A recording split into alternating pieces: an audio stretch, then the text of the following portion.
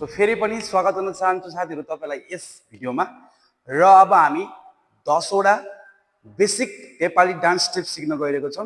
यो साइड तपाईले देख्नु भएको छ, यो साइड तपाईको राइट भइहाल्यो र यो साइड तपाईको लेफ्ट भइहाल्यो साथीहरू है।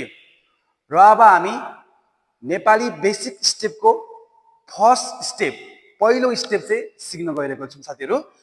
अब पहिलो स्टेपमा चाहिँ के आउँछ भन्दाखेरि तपाईको खुट्टा आउँछ साथीहरू है।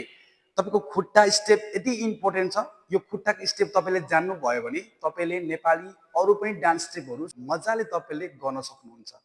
त्यही भएर मैले तपाईलाई सुरुमा खुट्टाको स्टेप सिकाउन गइरहेको छु साथीहरू।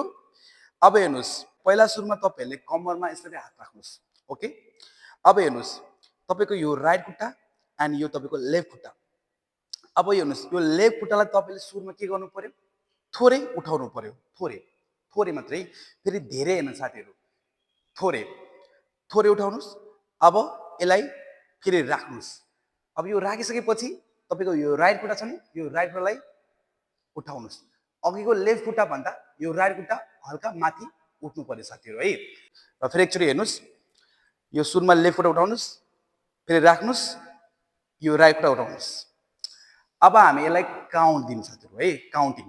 अब हेर्नुस्, काउन्टिङमा के गर्ने, सुरुमा हाम्रो लेफ्ट खुट्टा उठ्दाखेरि यसलाई हामी 1 भनौं, यसलाई 1 भनौं। जब हामी यो लेफ्ट खुट्टा टेक्छौं यसलाई हामी यान भनौं। ओके, अनि त्यसपछि लाएर तपाईको यो राइट खुट्टा जब तपाईको उठ्छ त्यसलाई हामी के भनौं, 2 भनौं। भनेपछि के भयो साथीहरू, 1 एन्ड 2 भयो। यो भयो साथीहरू है। अब यसलाई हामी सुरुमा यसरी नै सिक्छौं साथीहरू। अब बिस्तारै बिस्तारै अब हामी यसलाई अगाडि बढाउँछौं साथीहरू।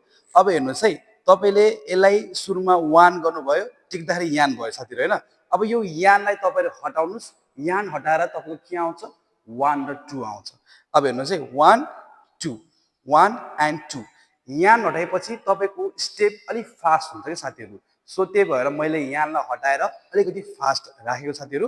र अब एक्जाम्पलको लागि म तपाईहरुलाई के भन्न गइरहेको छु भने, यदि तराजुमा कुनै लोड कुनै सामान हाल्नु भयो भने तराजु कस्तो हुन्छ, लाइक दिस, यस्तो हुन्छ हो नि। सो हाम्रो खुट्टाको पनि त्यसरी नै हामीले ब्यालेन्स मिलाउनु पर्ने हुन्छ साथीहरू। लाइक दिस यसरी हामीले ब्यालेन्स मिलाउनु पर्ने हुन्छ। सो के गर्नु पर्यो, लेफ्ट खुट्टा सुरुमा तपाईले थोरै उठाउने, टेक्ने, अनि राइट खुट्टा उठाउने। राइट खुट्टा उठाउँदै चाहिँ हल्का माथि उठ्छ साथीहरू है। अनि हेर्नुस् है, यो खुट्टाको स्टेप गर्दाखेरि हल्का बडी मुभमेन्ट हुन्छ साथीहरू। लाइक दिस, हल्का बडीलाई डाउन हुन्छ। जब तपाईको राइट खुट्टा उठ्छ नि तब तपाईको बडी के हुन्छ, हल्का डाउन हुन्छ। अब फेरि सिधा हुन्छ जब तपाईको लेफ्ट युज हुन्छ अनि सिधा हुन्छ।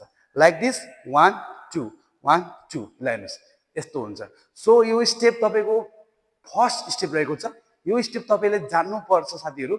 यो जान्नु भएन भने तपाईले कुनै पनि नेपाली डान्स स्टेपहरु गर्न सक्नुहुन्न साथीहरू है।